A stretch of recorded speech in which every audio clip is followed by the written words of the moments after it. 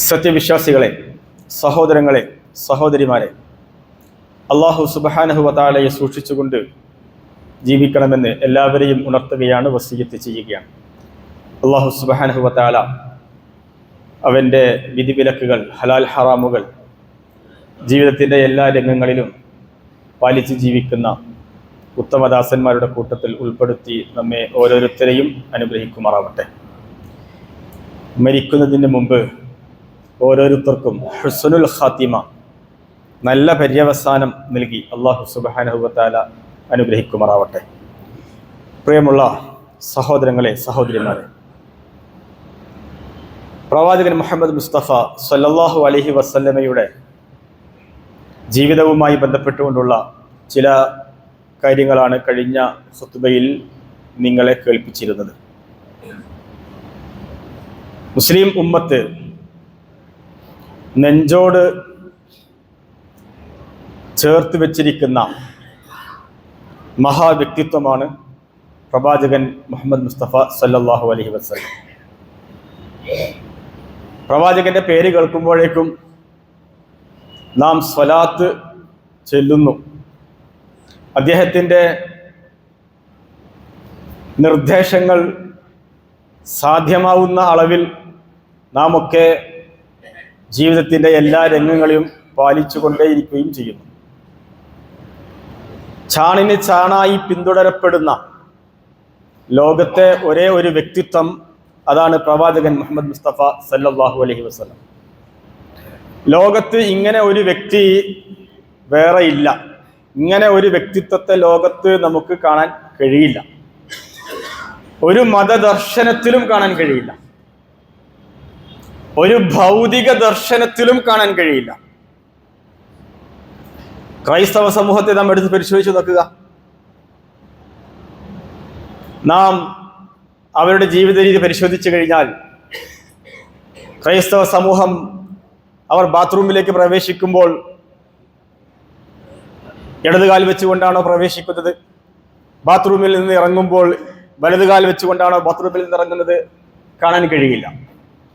ജീവിതവുമായി ബന്ധപ്പെട്ട മേഖലകളിൽ ഞങ്ങളുടെ പ്രവാചകന്റെ നിയമങ്ങൾ പാലിച്ചുകൊണ്ടാണ് ജീവിക്കുന്നത്. ഏതെങ്കിലും ഒറ്റപ്പെട്ട കാര്യങ്ങൾ പറയാൻ കഴിയുമെങ്കിലും ജീവിതത്തിന്റെ എല്ലാ രംഗങ്ങളിലും ക്രൈസ്തവ സമൂഹത്തിന് അത്തരമൊരു അവകാശവാദം ഇല്ല എന്ന് കാണാൻ കഴിയും. ഹൈന്ദവ സമൂഹത്തിന്റെയും അവസ്ഥ അങ്ങനെ തന്നെയാണ്. അവരുടെ ജീവിത രീതികളിൽ ഞങ്ങൾ ഇന്ന ആളെയാണ് ഞങ്ങൾ പിൻപറ്റുന്നത്. ഞങ്ങൾ വാഹനത്തിൽ യാത്ര ചെയ്യുമ്പോൾ ഇന്ന പ്രാർത്ഥന ചൊല്ലിക്കൊണ്ടാണ്, ഇന്ന വ്യക്തി പറഞ്ഞതുകൊണ്ടാണ് ഞങ്ങൾ അങ്ങനെ ചെയ്യുന്നത് എന്ന് ഒരു ഹൈന്ദവ സമൂഹത്തിന്റെ ജീവിതം എടുത്ത് പരിശോധിച്ചാൽ നമുക്ക് അവിടെയും കാണാൻ കഴിയില്ല. ഇനി തനി ഭൗതിക ദർശനം എടുത്ത് പരിശോധിച്ച് നോക്കുക. നമ്മുടെ നാട്ടിലൊക്കെ പല പല ഇസങ്ങളെയും സൈദ്ധാന്തികമായി കൊണ്ടു നടക്കുന്ന ആളുകളുണ്ട്. കമ്മ്യൂണിസത്തെ സൈദ്ധാന്തികമായി കൊണ്ടു നടക്കുന്ന ആളുകളുണ്ടാവാം. ഒരിക്കലും ഒരു കമ്മ്യൂണിസ്റ്റുകാരൻ, അവൻ പക്ക മുസ്ലിമായ കമ്മ്യൂണിസ്റ്റുകാരനാവട്ടെ, മറ്റു നിലയ്ക്കുള്ള മറ്റു മതവിഭാഗത്തിൽപ്പെട്ട കമ്മ്യൂണിസ്റ്റുകാരനാവട്ടെ, ഒരിക്കലും ഒരു കമ്മ്യൂണിസ്റ്റുകാരനും ഞങ്ങളുടെ ജീവിതത്തിൽ ഇന്ന രംഗത്ത്, ഇന്ന മേഖലയിൽ, ജീവിതത്തിന്റെ ഇന്ന മേഖലയിൽ ഞങ്ങളുടെ ആചാര്യന്മാരായ കാറൽ മാർക്സിനെയും ലെനിനെയും ഞങ്ങൾ പിൻപറ്റുന്നു എന്ന് ഒരാളും അവകാശപ്പെടുന്നില്ല. കേരളത്തിലെ, ഇന്ത്യയിലെ അറിയപ്പെട്ട ഗാന്ധിയന്മാരുണ്ട്. ഒരു ഗാന്ധിയനും ഞങ്ങളുടെ ജീവിതത്തിൽ മഹാത്മാഗാന്ധിജി ചെയ്തതുപോലെയാണ് ഞങ്ങൾ ചെയ്യുന്നത്. മഹാത്മാഗാന്ധി ഉറങ്ങാൻ കിടന്നതുപോലെയാണ് ഞങ്ങൾ ഉറങ്ങാൻ കിടക്കുന്നത്. മഹാത്മാഗാന്ധി ഭക്ഷണം കഴിച്ചതുപോലെയാണ് ഞങ്ങൾ ഭക്ഷണം കഴിക്കുന്നത്. ഒരാളും പറയുന്നില്ല. ചുരുക്കി പറഞ്ഞാൽ, ഒരു മതദർശനത്തിലും സമ്പൂർണമായി പിൻപറ്റപ്പെടുന്ന ഒരു വ്യക്തിത്വമില്ല. ഒരു ഭൗതിക ദർശനങ്ങളിലും സമ്പൂർണമായി പിൻപറ്റപ്പെടുന്ന ഒരു സൈദ്ധാന്തിക ആചാര്യന്മാരെയും നമുക്ക് കാണുവാൻ കഴിയുകയില്ല. ഇവിടെയാണ് റസൂലുള്ളാഹി സ്വല്ലല്ലാഹു അലൈഹി വസല്ലം, നമുക്ക് നമ്മുടെ പ്രവാചകന്റെ മേന്മ ഇവിടെയാണ് മനസ്സിലാക്കാൻ കഴിയുക. അവിടെയാണ് പ്രവാചകൻ സ്വല്ലല്ലാഹു അലൈഹി വസല്ലമ ഉയർന്നു നിൽക്കുന്നത്. പ്രവാചകൻ മുഹമ്മദ് മുസ്തഫ സല്ലല്ലാഹു അലൈഹി വസല്ലമയുടെ ജീവിത രീതി പിന്തുടരുവാൻ, ചാണിന് ചാണ് പിന്തുടരുവാൻ വേണ്ടി പ്രവാചകൻ സല്ലല്ലാഹു അലൈഹി വസല്ലമയുടെ കാലം മുതൽ തന്നെ ആളുകൾ പരിശ്രമിച്ചുകൊണ്ടിരിക്കുകയാണ്. സഹാബികളുടെ കൂട്ടത്തിൽ അത്തരം ആളുകൾ ഉണ്ടായിരുന്നു, താബിഈങ്ങളുടെ കൂട്ടത്തിൽ അത്തരം ആളുകളുണ്ട്. അബ്ദുല്ലാഹിബിൻ ഉമർ എന്ന് പറയുന്ന സഹാബി, ഉമർ റളിയല്ലാഹു അൻഹുവിന്റെ മകൻ, അദ്ദേഹം പ്രവാചകൻ സല്ലല്ലാഹു അലൈഹി വസല്ലമയെ ചാണിന് ചാണ് പിൻപറ്റാൻ മത്സരിച്ചു കൊണ്ടിരിക്കുന്ന വ്യക്തിത്വമായിരുന്നു. ഹദീസുകളിൽ നമുക്ക് കാണുവാൻ സാധിക്കും. അദ്ദേഹത്തിന്റെ പ്രവാചകൻ സല്ലല്ലാഹു അലൈഹി വസല്ലമയുടെ സ്നേഹം ചരിത്രങ്ങളിൽ നമുക്ക് കാണുവാൻ സാധിക്കും. റസൂൽ സല്ലല്ലാഹു അലൈഹി വസല്ലമ പോകുന്ന വഴിക്ക് ഏതെങ്കിലും ഒരു സ്ഥലത്ത് വെച്ച് അള്ളാഹുവിന്റെ റസൂൽ സല്ലല്ലാഹു അലൈഹി വസല്ലമ യാത്രക്കിടെ മൂത്രമൊഴിക്കുവാൻ വേണ്ടി വാഹനപ്പുറത്ത് നിന്ന് ഇറങ്ങിയിട്ടുണ്ട് എങ്കിൽ അബ്ദുല്ലാഹിബിൻ ഉമർ റളിയല്ലാഹു അൻഹു ആ വഴിക്ക് യാത്ര പോകുമ്പോൾ ആ സ്ഥലത്തിറങ്ങും, എന്നിട്ട് അവിടെ വെച്ച് മൂത്രമൊഴിക്കും. എന്താ അങ്ങനെ ചെയ്തെന്ന് വെച്ചാൽ അള്ളാന്റെ റസൂൽ അങ്ങനെ ചെയ്തിട്ടുണ്ട്. അബ്ദുല്ലാഹിബിൻ ഉമറിന്റെ വേറൊരു പ്രത്യേകതയുണ്ട്. പ്രവാചകൻ സല്ലല്ലാഹു അലൈഹി വസല്ലമയുടെ അദ്ദേഹം കുതിരപ്പുറത്ത് അല്ലെങ്കിൽ ഒട്ടകപ്പുറത്ത് യാത്ര ചെയ്യുമ്പോൾ അദ്ദേഹം പറയും, അള്ളാന്റെ റസൂലിന്റെ കുതിര അല്ലെങ്കിൽ അള്ളാഹുവിന്റെ റസൂലിന്റെ ഒട്ടകം എവിടെയാണോ കാൽ പതിച്ചത് അവിടെ എന്റെയും കാൽ, ഒട്ടകത്തിന്റെ കാലും പതിയട്ടെ. ആ രീതിയിൽ ചാണിന് ചാണെന്നോണം പ്രവാചകൻ സല്ലല്ലാഹു അലൈഹി വസല്ലമയെ ആ കാലഘട്ടത്തിൽ തന്നെ പിൻപറ്റുവാൻ വേണ്ടി ശ്രമിച്ചുകൊണ്ടിരുന്ന ധാരാളം സഹാബികളെ നമുക്ക് കാണുവാൻ സാധിക്കുന്നു. അത് ഇപ്പോഴും ലോകത്ത് തുടർന്നുകൊണ്ടേയിരിക്കുന്നു. ആ പ്രവാചകനെ സ്നേഹിക്കുന്നതിന്റെ ഭാഗമായിട്ടാണ്. പ്രവാചകന്റെ പേര് കേൾക്കുമ്പോൾ സ്വലാത്ത് ചെല്ലുന്നതും അതിന്റെ ഭാഗമായിട്ടാണ്. ഇമാം ഷാഫിഈ റഹിമഹുല്ലാഹ് അദ്ദേഹം ഒരു സന്ദർഭത്തിൽ പറഞ്ഞു, യാ ആല ബൈത്തി റസൂലില്ലാഹി ഹുബ്ബുകും ഫർദും മിനല്ലാഹി ഫിൽ ഖുർആനി അൻസലഹു യക്ഫീകും മിൻ അളീമിൽ ഫഖ്രി അന്നകും മൻ ലം യുസല്ലി അലൈക്കും ലാ സ്വലാത ലഹു. ഇമാം ഷാഫിഈ റഹിമഹുല്ലാഹ് പറയാണ്, അള്ളാഹുവിന്റെ റസൂലിന്റെ കുടുംബത്തോട് ഈ സമൂഹത്തിന് അങ്ങേയറ്റത്തെ ഹുബ്ബാണ്, സ്നേഹമാണ്. അള്ളാഹുവിന്റെ റസൂലിനെ സ്നേഹിക്കണം, അള്ളാഹുവിന്റെ റസൂലിന്റെ അഹ്ലുകാരെ സ്നേഹിക്കണം എന്ന് അള്ളാഹുവിന്റെ കൽപ്പനയാണ്. ഫറദും മിനല്ലാഹി ഫിൽ ഖുർആനി അൻസലഹു. ഇത് അള്ളാഹ് ഖുർആനിലൂടെ മുസ്ലിം ഉമ്മത്തിനെ പഠിപ്പിച്ച സംഗതിയാണ്. യക്ഫീകും മിൻ അളീമിൽ ഫഖ്രി അന്നകും. എത്രത്തോളം എന്ന് വെച്ചാൽ ഈ ഉമ്മത്തിന് ഇത് മതി. അവരുടെ പ്രവാചകന്റെ കാര്യത്തിൽ അഭിമാനിക്കുവാൻ ഈ ഉമ്മത്തിന് ഇത് മതി. മല്ലം യുസല്ലി അലൈക്കും ലാ സ്വലാത ലഹു.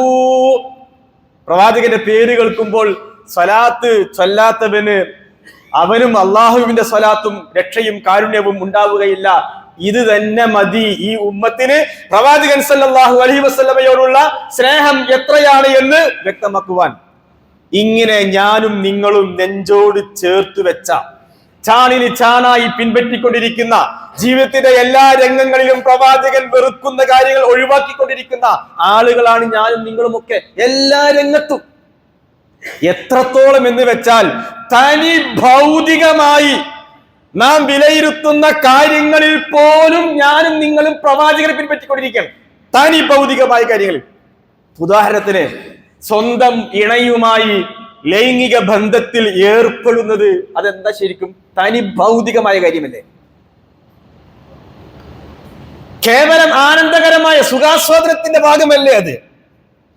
പക്ഷേ അള്ളാഹുവിന്റെ റസൂൽ സല്ലല്ലാഹു അലൈഹി വസല്ലമ ആ കിടപ്പറയിൽ പോലും ലൈംഗിക ബന്ധത്തിൽ ഏർപ്പെടുമ്പോൾ പോലും പാലിക്കേണ്ട മര്യാദകൾ പഠിപ്പിച്ചു തന്നിട്ടുണ്ട്. അതൊക്കെ പാലിക്കേണ്ടതുണ്ട്. അത് വേറെ തന്നെ ഖുതുബ പറയേണ്ട വിഷയമാണ്. നമ്മളൊക്കെ ഈ കാലഘട്ടത്തിൽ പലപ്പോഴും വിവാഹം കഴിഞ്ഞ് ഒരു 1-2 വർഷമാകുമ്പോഴേക്കും പല വിവാഹങ്ങളും വിവാഹമോചന കേസുകളിലേക്ക് എത്തുന്നതിന്റെ പ്രധാനപ്പെട്ട കാരണം കിടപ്പറയിൽ, ദാമ്പത്യ രംഗത്തിൽ, ലൈംഗികമായ മേഖലയിൽ മുസ്ലിം സമുദായം അള്ളാഹുവിന്റെ റസൂലിന്റെ നിയമങ്ങളും നിർദ്ദേശങ്ങളും പാലിക്കുന്നില്ല. അതിന്റെ കാരണമായി പലപ്പോഴും 1.5 വർഷം കൊണ്ടും 2 വർഷം കൊണ്ടും വിവാഹമോചനം നടക്കുന്ന കേസുണ്ട്. എന്റെ അടുത്ത് തന്നെ ചില കേസുകൾ വന്നു. അപ്പൊ ചില പെൺകുട്ടികളൊക്കെ പറയുന്നത്, ഇസ്ലാമിയ കോളേജിലൊക്കെ പഠിച്ച പെൺകുട്ടികൾ പറയാണ്, ദാമ്പത്യ ജീവിതത്തിൽ ലൈംഗിക ബന്ധവുമായി ബന്ധപ്പെട്ടുകൊണ്ടുള്ള മര്യാദകളൊന്നും പഠിക്കാത്ത ആളുകളാണ്. തനി വൃത്തികെട്ട ഫോൺ സൈറ്റുകൾക്കൊക്കെ അടിപ്പെട്ടുകൊണ്ട് ആ രീതിയിലുള്ള ദാമ്പത്യ ലൈംഗിക ബന്ധത്തിൽ ഏർപ്പെടുവാൻ വേണ്ടി മത്സരിച്ചുകൊണ്ടിരിക്കുകയാണ്. എന്താണോ കണ്ടത് അത് സ്വന്തം ഭാര്യയിൽ നടപ്പിലാക്കുവാൻ വേണ്ടി ശ്രമിച്ചുകൊണ്ടിരിക്കുന്ന ആളുകൾ. അതിന്റെ ഫലമായി ദാമ്പത്യ ബന്ധം തകരുക. ഇതൊക്കെ നമ്മൾ കണ്ടുകൊണ്ടിരിക്കുകയാണ്. ഇവിടെയാണ് റസൂലുള്ളാഹി സ്വല്ലല്ലാഹു അലൈഹി വസല്ലമ മുസ്ലിം ഉമ്മത്തിന് ദാമ്പത്യ ബന്ധത്തിൽ പോലും ലൈംഗിക ബന്ധത്തിൽ പോലും ചില മര്യാദകൾ പഠിപ്പിച്ചു തന്നിട്ടുണ്ട്. അതിൽ വളരെ പ്രധാനപ്പെട്ട ഒന്നാണ് ജിമായിൽ ലൈംഗിക ബന്ധത്തിൽ ഏർപ്പെടുന്നതിന് മുമ്പ് അവിടെ പോലും ദിക്ർ വേണമെന്നാണ്. ദിക്ർ തനി ഭൗതികമായ കാര്യത്തിൽ പോലും അള്ളാന്റെ റസൂൽ സ്വല്ലല്ലാഹു അലൈഹി വസല്ലമ ദിക്ർ ചൊല്ലി പഠിപ്പിക്കണം. അവിടെയുമുണ്ട് പ്രാർത്ഥന.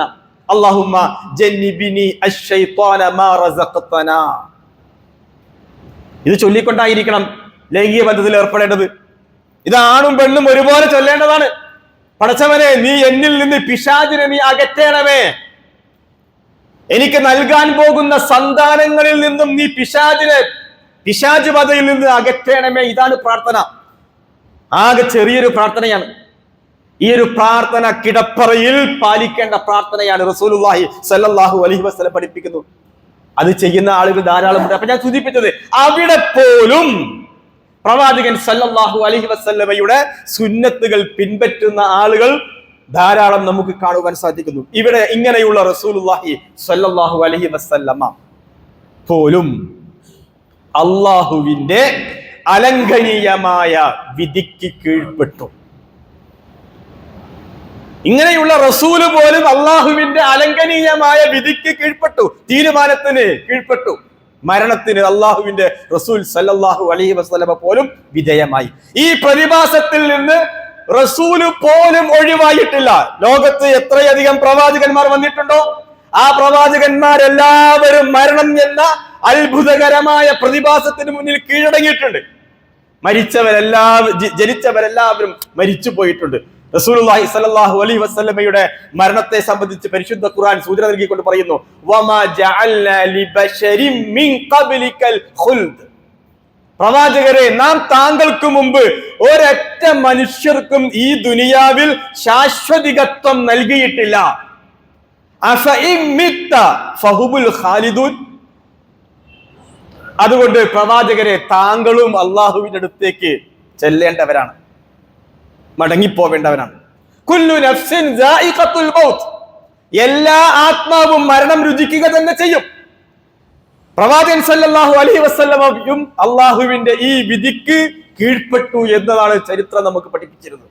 പ്രവാചകൻ സല്ലല്ലാഹു അലൈഹി വസല്ലമയുടെ മരണത്തിന്റെ തൊട്ടു മുമ്പുള്ള അവസ്ഥകൾ, നിമിഷങ്ങൾ, ഉമ്മത്തിന് പ്രവാചകൻ സല്ലല്ലാഹു അലൈഹി വസല്ലമ നൽകിയ അന്ത്യോപദേശങ്ങൾ, അതേപോലെ തന്നെ പ്രവാചകൻ സല്ലല്ലാഹു അലൈഹി വസല്ലമയുടെ മരണശേഷം മയ്യിത്ത് 2-2.5 ദിവസത്തിലേറെ വൈകിപ്പിച്ചതിന്റെ കാരണങ്ങൾ, ഇതൊക്കെ ഈ ഉമ്മത്ത് പഠിക്കേണ്ടതുണ്ട്. ഏതൊരു മയ്യിത്തും റസൂലുള്ളാഹി സ്വല്ലല്ലാഹു അലൈഹി വസല്ലം പറഞ്ഞു, മരിച്ച വേഗം കൊണ്ടുപോയിട്ട് മറ ചെയ്യണം. അസ്രിഉ എന്നാണ് പറഞ്ഞത്, എത്രയും പെട്ടെന്ന് മറ ചെയ്യണം എന്നാണ്. പക്ഷെ ആ റസൂലിന്റെ മൃതദേഹം മറവ് ചെയ്യുന്നിടത്ത് 2.5 ദിവസത്തിലേറെ വൈകി. എന്താണ് കാരണം? ഇതൊക്കെ നമ്മൾ പഠിക്കേണ്ടത്, മനസ്സിലാക്കേണ്ടതാണ്. ഇവിടെ പ്രവാചകൻ സല്ലല്ലാഹു അലൈഹി വസല്ലമയുടെ മരണത്തിന്റെ സൂചനകൾ ഖുർആനിലും ഹദീസിലും നമുക്ക് ധാരാളം കാണാൻ കഴിയും. അതിലൊരു സൂചനയാണ് ഇദാ ജാഅ നസ്റുല്ലാഹി വൽ ഫതഹ്. ഇദാ ജാഅ നസ്റുല്ലാഹി വൽ ഫതഹ് ചെറിയൊരു സൂറത്താണ്. ഈ സൂറത്ത് ഇറങ്ങിയതിന്റെ പശ്ചാത്തലം ഇബ്നു അബ്ബാസ് റളിയല്ലാഹു അൻഹു വിശദീകരിക്കുന്നുണ്ട്. ഇബ്നു അബ്ബാസ് റളിയല്ലാഹു അൻഹു പറയാണ്, ബദറിൽ പങ്കെടുത്ത പ്രായം ചെന്ന മഹാന്മാരോടൊപ്പം ഉമർ റളിയല്ലാഹു അൻഹു തന്നെ ആ വലിയ സദസ്സിലേക്ക് കൊണ്ടുപോവാറുണ്ടായിരുന്നു. അന്ന് ഇബ്നു അബ്ബാസ് ചെറിയ കുട്ടിയാണ്, ഒരു 11-12 വയസ്സൊക്കെ ഉള്ള പ്രായമാണ് ഇബ്നു അബ്ബാസിന്റെ പ്രായം. ആ സന്ദർഭത്തിലാണ് ഉമർ റളിയല്ലാഹു അൻഹു ബദറിൽ പങ്കെടുത്ത മഹാന്മാരെ എല്ലാവരും കൂടി സമ്മേളിക്കുന്ന സദസ്സിലേക്ക് പ്രധാനപ്പെട്ട വിഷയങ്ങളൊക്കെ ചർച്ച ചെയ്യാൻ വേണ്ടി പോകുമ്പോ ഈ പയ്യനായ ഇബ്നു അബ്ബാസിനെ കൂട്ടിക്കൊണ്ടുപോകും. ഇത് ആ സദസ്സിലെ ബദരീങ്ങൾക്കൊക്കെ വലിയ അരോചകരമായിട്ട് തോന്നി. എന്താ ഇപ്പൊ ഈ ചെറിയ പയ്യനെ ഈ വലിയൊരു സദസ്സിലേക്ക് കൊണ്ടുവരുന്നത്? എന്തിനാ ഇപ്പൊ ഇങ്ങനെയൊക്കെ ചെയ്യും? ഞങ്ങൾക്കൊക്കെ കുട്ടികളുണ്ടല്ലോ വീട്ടില്, ഞങ്ങൾ ആരും കുട്ടികളൊന്നും കൊണ്ടുവരുന്നല്ലോ, നിങ്ങൾ മാത്രം ഈ ഒരു പരിപാടി ഉണ്ടാകുമ്പോൾ അതിലേക്ക് എന്തിനാണ് ഈ കുട്ടികളെ കൊണ്ടുവരുന്നത്? ആരാ ചോദിച്ചത്? ബദരീങ്ങളായ സഹാബികൾ ചോദിച്ചു. അതിൽ പ്രധാനപ്പെട്ട ഒരു റിപ്പോർട്ടിൽ കാണാൻ ചോദിച്ച ആളുടെ പേര് അബ്ദുറഹ്മാൻ ഇബ്നു ഔഫ ചോദിച്ചത്, എന്തിനാ അങ്ങനെ കുട്ടികളെ കൊണ്ടുവരുന്നത്? ഇത് കേട്ടപ്പോ ഉമർ റളിയല്ലാഹു അൻഹു പറഞ്ഞു, വൈജ്ഞാനികമായി ഇബ്നു അബ്ബാസിന്റെ സ്ഥാനം നിങ്ങൾക്ക് അറിയാലോ, പയ്യനാണെങ്കിലും നല്ല ഇൽമുള്ള പയ്യനല്ലേ, അദ്ദേഹത്തിന്റെ സ്ഥാനം നിങ്ങൾക്ക് അറിയാലോ.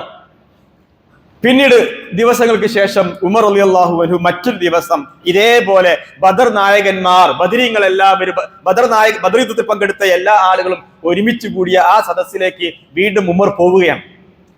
കൂട്ടത്തിൽ ഇബ്നു അബ്ബാസിനെയും കൂട്ടി. അങ്ങനെ പല വിഷയങ്ങളൊക്കെ തന്നെ ചർച്ച ചെയ്തു. ആ ചർച്ച ചെയ്ത കൂട്ടത്തിൽ ഉമർ റളിയല്ലാഹു അൻഹു ഈ ബദർ യുദ്ധത്തിൽ പങ്കെടുത്ത വലിയ വലിയ നേതാക്കന്മാരോട് ചോദിച്ചു, ഇദാ ജാഅ നസ്റുല്ലാഹി വൽ ഫതഹ്, എന്താണ് ഈ സൂറത്തിന്റെ ഉദ്ദേശം എന്താണെന്ന് ചോദിച്ചു. ചില ആളുകൾ പറഞ്ഞു, അതിന്റെ ഉദ്ദേശം അള്ളാഹുവിന്റെ സഹായം എത്തുകയും വിജയം വരിക്കുകയും ചെയ്താൽ അള്ളാഹുവിനെ സ്തുതിക്കണമെന്നും അവനോട് പാപമോചനം അർത്ഥിക്കണമെന്നുമാണ് ആ സൂറത്തിൽ കൽപ്പിക്കപ്പെട്ടിട്ടുള്ളത് എന്ന് ചില സഹാബികൾ പറഞ്ഞു. ഉമർ റളിയല്ലാഹു വീണ്ടും ചോദിച്ചു, വേറെ ആർക്കെങ്കിലും എന്തെങ്കിലും വ്യത്യസ്തമായ അഭിപ്രായം പറയാനുണ്ടെന്ന് ചോദിച്ചു. അപ്പൊ മറ്റൊരാൾ പറഞ്ഞു, നഗരങ്ങളും അതേപോലെ തന്നെ കോട്ടകളും ജയിച്ചടക്കുക എന്നതാണ് അതിന്റെ താല്പര്യം. ഇദാ ജാഅ നസ്റുല്ലാഹ്, അള്ളാന്റെ വിജയം വന്നാൽ അതാണ് അതിന്റെ താല്പര്യം എന്ന് വേറെ ചില സഹാബികൾ പറഞ്ഞു. ഇത് കേട്ട ഉമർ റളിയല്ലാഹു അൻഹു, ഇബ്നു അബ്ബാസ്, ചെറിയ പയ്യനാണ്, ഇബ്നു അബ്ബാസ്, താങ്കൾക്ക് എന്തെങ്കിലും പ്രത്യേകിച്ച് ഈ ആയത്തിനെ പറ്റി പ്രത്യേകിച്ച് എന്തെങ്കിലും അഭിപ്രായം ഉണ്ടോ എന്ന് ചോദിച്ചു. ഇബ്നു അബ്ബാസ് റളിയല്ലാഹു അൻഹു ഉടനെ പറഞ്ഞു, റസൂലേ, ആ ആയത്തിന്റെ സൂറത്തിന്റെ ഉദ്ദേശം ഞാൻ മനസ്സിലാക്കിയത് അള്ളാന്റെ റസൂലിന്റെ ആയുസ് തീരാനായിരിക്കുന്നു, മരണത്തിലേക്ക് അടുത്തിരിക്കുന്നു, ഇതാണ് ആ സൂറത്തിന്റെ ഉദ്ദേശം. ഇത് പറഞ്ഞപ്പോ ഉമർ റളിയല്ലാഹു അൻഹു പറഞ്ഞു, എന്റെയും കാഴ്ചപ്പാട്, നിരീക്ഷണം അങ്ങനെ തന്നെയാണ്. അപ്പൊ സദസ്സിലുള്ള അബ്ദുറഹ്മാൻ ഇബ്നു ഔഫിനെ പോലെയുള്ള വലിയ വലിയ വയസ്സക്കായ പ്രഗത്ഭരായ ആളുകളൊക്കെ, ഞങ്ങൾക്കൊന്നും തിരിയാത്ത കാര്യം ഇബ്നു അബ്ബാസിന് തിരിഞ്ഞല്ലോ.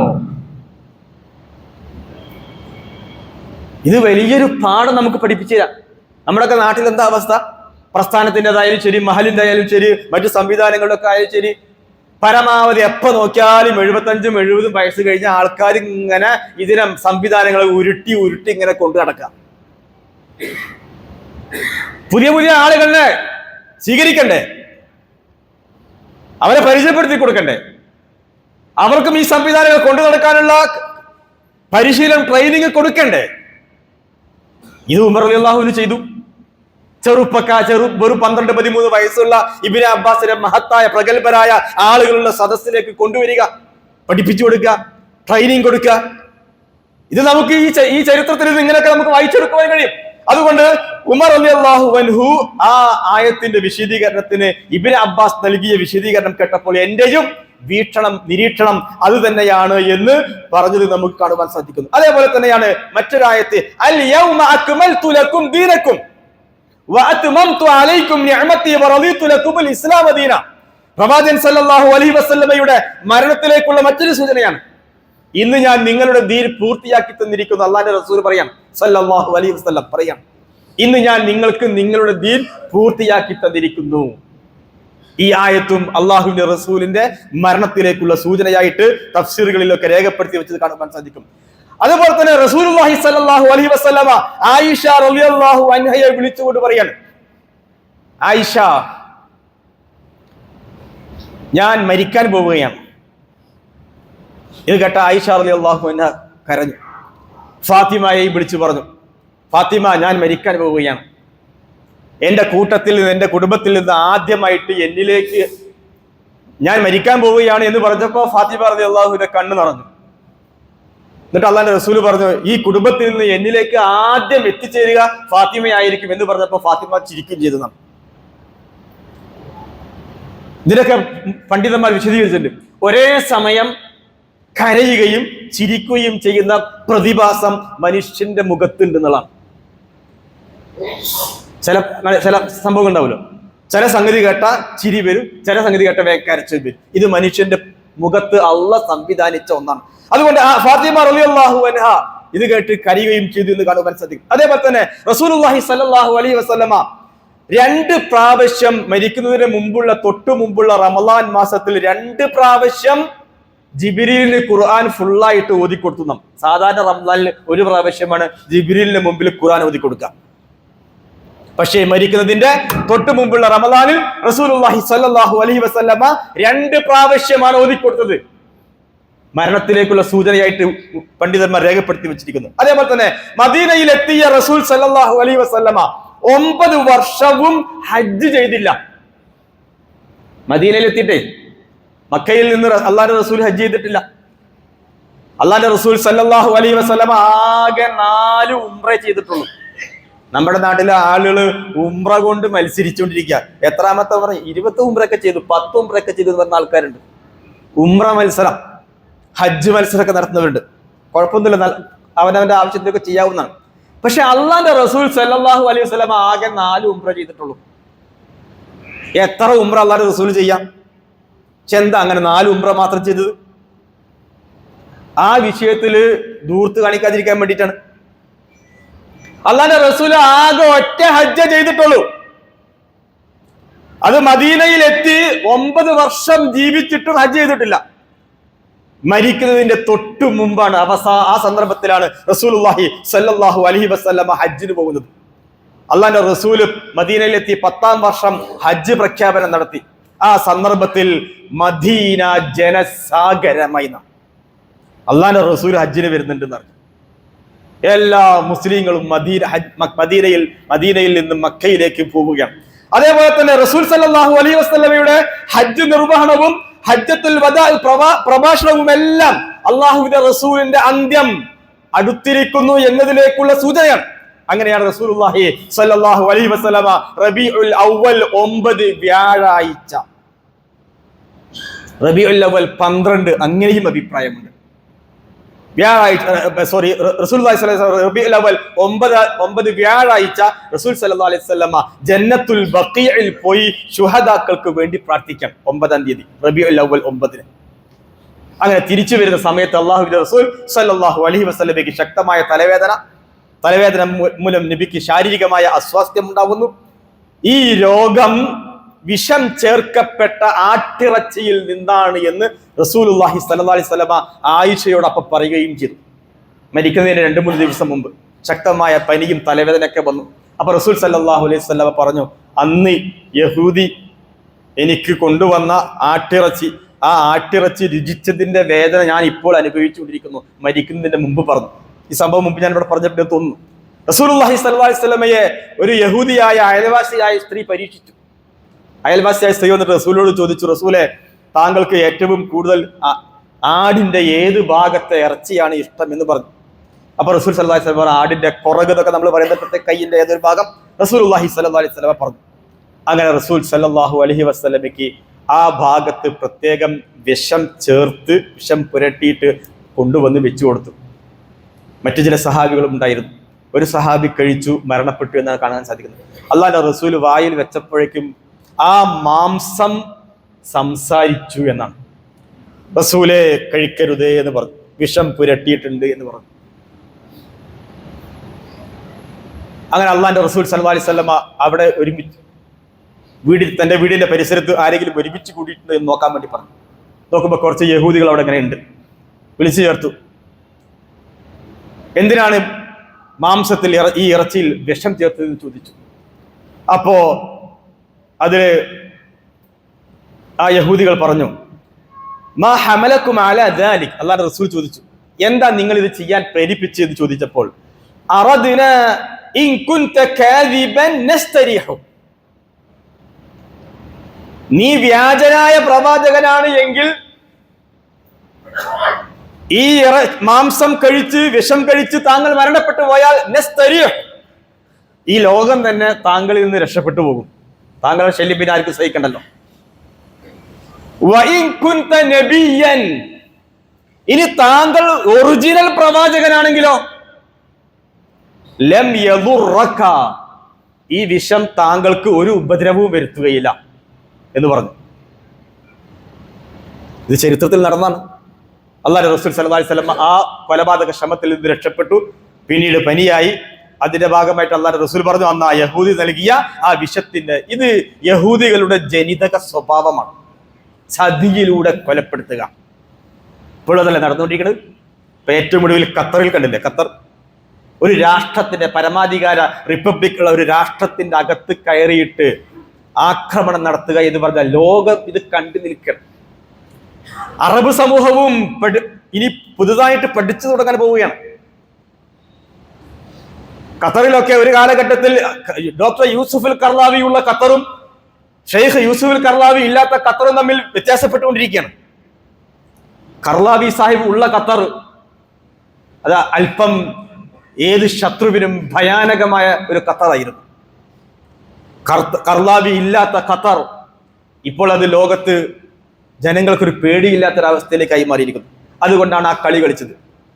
അതുകൊണ്ടാണ് ലോകത്തെ ഏറ്റവും വലിയ ഫ്രോഡായ അമേരിക്കൻ പ്രസിഡന്റ്, ആ പ്രസിഡന്റിന് ഖത്തറിൽ വന്നപ്പോൾ എന്താ കൊടുത്തത്? സ്വീകരണം എങ്ങനെയാണ് ഒരുക്കിയത് ഖത്തർ? അദ്ദേഹത്തിന് സ്വന്തമായ ഒരു ഫ്ലൈറ്റ്, സ്വർണം പൂശിയ ഫ്ലൈറ്റാണ് കൊടുത്തിരിക്കുന്നത്. 2000-3000 കോടി ഡോളറാണ് കൊടുത്തിരിക്കുന്നത് വികസന പ്രവർത്തനങ്ങൾക്ക് വേണ്ടി കൊടുത്തിരിക്കുന്നത്. വിചാരിച്ചിട്ടുണ്ടാവും, ഖത്തർ വിചാരിച്ചിട്ടുണ്ടാവും, ഏത് ആക്രമണത്തിൽ നിന്നും അമേരിക്ക ഞങ്ങളെ രക്ഷപ്പെടുത്തുമെന്ന് വിചാരിച്ചിട്ടുണ്ടാവും. എല്ലാവരും മനസ്സിലാക്കിക്കൊള്ളി, യഹൂദിയും നസാറയും മുസ്ലിം ഉമ്മത്തിന്റെ കാര്യത്തിൽ തൃപ്തിപ്പെടുകയില്ല എന്ന് അള്ളാഹ് പറഞ്ഞിട്ടുണ്ട്. അത് വസ്തുതയാണ്. വലൻ തർള അൻകൽ യഹൂദു വലൻ നസാറ ഹത്താ തത്തബിഅ മില്ലതഹും. നിങ്ങൾ വിചാരിച്ചിട്ടുണ്ടോ കാശും സ്വർണവും വിമാനവും ഒക്കെ സമ്മാനമായിട്ട് കൊടുത്താൽ ഈ വിഭാഗം നിങ്ങളെ തൃപ്തിപ്പെടുത്തുമെന്ന് നിങ്ങൾ വിചാരിക്കുന്നുണ്ടോ? ഒരിക്കലും അവർ തൃപ്തിപ്പെടുകയില്ല. വലൻ തർള അൻകൽ യഹൂദു വലൻ നസാറ. പ്രവാചകരെ താങ്കൾ നന്നായി മനസ്സിലാക്കണം, യഹൂദിയും അതേപോലെ തന്നെ നസാറയും താങ്കളുടെ കാര്യത്തിൽ തൃപ്തിപ്പെടുകയേയില്ല. ഏതുവരെ? ഹത്താ തത്തബിഅ മില്ലതഹും. താങ്കൾ അവരുടെ മാർഗം സ്വീകരിക്കുന്നത് വരെ എന്നാ തൃപ്തിപ്പെടുമെന്നാണ് പറഞ്ഞത്. അതുകൊണ്ട് ഇപ്പൊ നമുക്ക് കാണുവാൻ സാധിക്കുന്നത് അത് തന്നെയാണ്.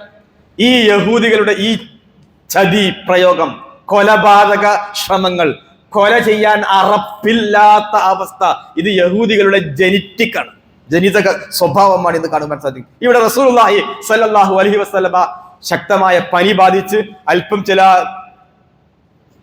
കുറവ് വന്നപ്പോൾ അള്ളാന്റെ റസൂല് മദീന പള്ളിയിലേക്ക് വരികയാണ്. മദീന പള്ളിയിലേക്ക് റസൂലുള്ള വരുന്നുണ്ട് എന്ന് അറിഞ്ഞപ്പോഴേക്കും ജനങ്ങൾ എല്ലാവരും മദീന പള്ളിയിൽ തടിച്ചുകൂടി. കാരണം എന്താണ്?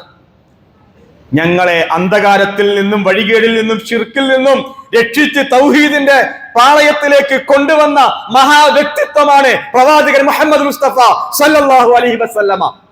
ആ റസൂലിന്റെ ആഗമനം കാത്തുകൊണ്ട് പ്രവാചകനെ വരവേൽക്കുവാൻ വേണ്ടി മദീന പള്ളിയിൽ ജനങ്ങൾ എല്ലാവരും ആ മൈതാനിൽ ഒരുമിച്ച് കൂടിയിരിക്കണം. അങ്ങനെ അള്ളാന്റെ റസൂല് വന്നു. അസുഖത്തിന് ചെറിയൊരു കുറവുണ്ട്, മരണത്തിന്റെ 2 തലേ ദിവസമാണ്. മിമ്പറിൽ കയറി സഹാബികളൊക്കെ ഇങ്ങനെ കഴുത്തിങ്ങനെ റസൂലിനെ കാണാൻ വേണ്ടി ഇങ്ങനെ ഏന്തി വലിച്ചിങ്ങനെ കഴുത്തിങ്ങനെ താഴ്ത്തുന്നു. ഞങ്ങളോട് കാര്യമായിട്ട് എന്തോ പറയാനുണ്ട് അള്ളാന്റെ റസൂലിന്. പ്രവാചകനിൽ നിന്ന് കേൾക്കുവാൻ വേണ്ടി എല്ലാവരും സശ്രദ്ധം ശ്രമിച്ചുകൊണ്ടിരിക്കുകയാണ്.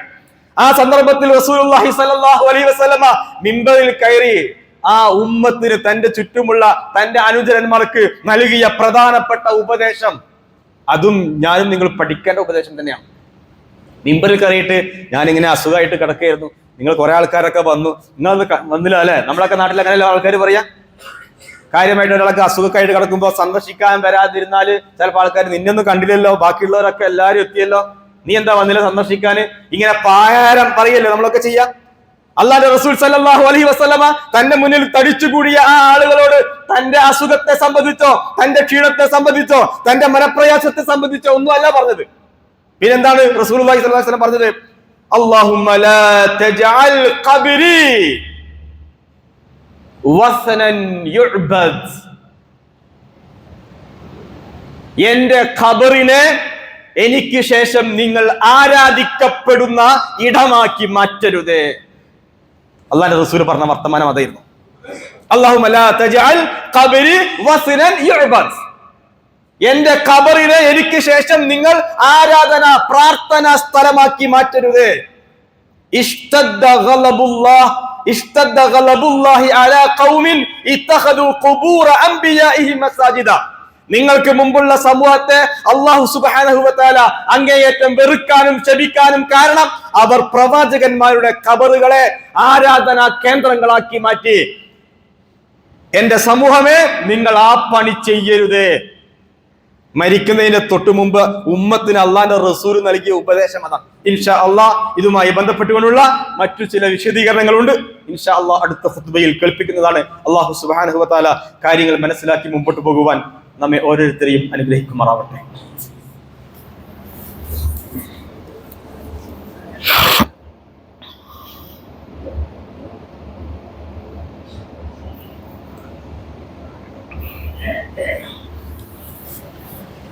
الحمد لله رب العالمين الصلاة والسلام على رسوله الأمين وعلى آله وصحبه أجمعين يا أيها الناس اتقوا الله حق تقاته ولا تموتن إلا وأنتم مسلمون اللهم اغفر للمؤمنين والمؤمنات والمسلمين والمسلمات الأحياء منهم والأموات إنك مجيب الدعوات يا قاضي الحاجات اللهم أجرنا من النار اللهم أعز الإسلام والمسلمين وأذل الشرك والمشركين اللهم يا حي يا قيوم انصر المسلمين في غزة يا الله واشف مرضاهم وجرحاهم يا الله وأطعمهم طعاما لذيذا يا الله وأشربهم ماء طهورا يا الله اللهم يا حي يا قيوم حرر المسجد الأقصى من أيدي اليهود الفاشيين اللهم دمر اليهود الفاشيين الصهيونيين يا الله اللهم دمر سلطنة أمريكا يا الله ربنا هب لنا من أزواجنا وذرياتنا قرة أعين وجعلنا للمتقين إماما ربنا تقبل منا إنك أنت السميع العليم وتب علينا إنك أنت التواب الرحيم آمين برحمتك يا أرحم الراحمين والحمد لله رب العالمين.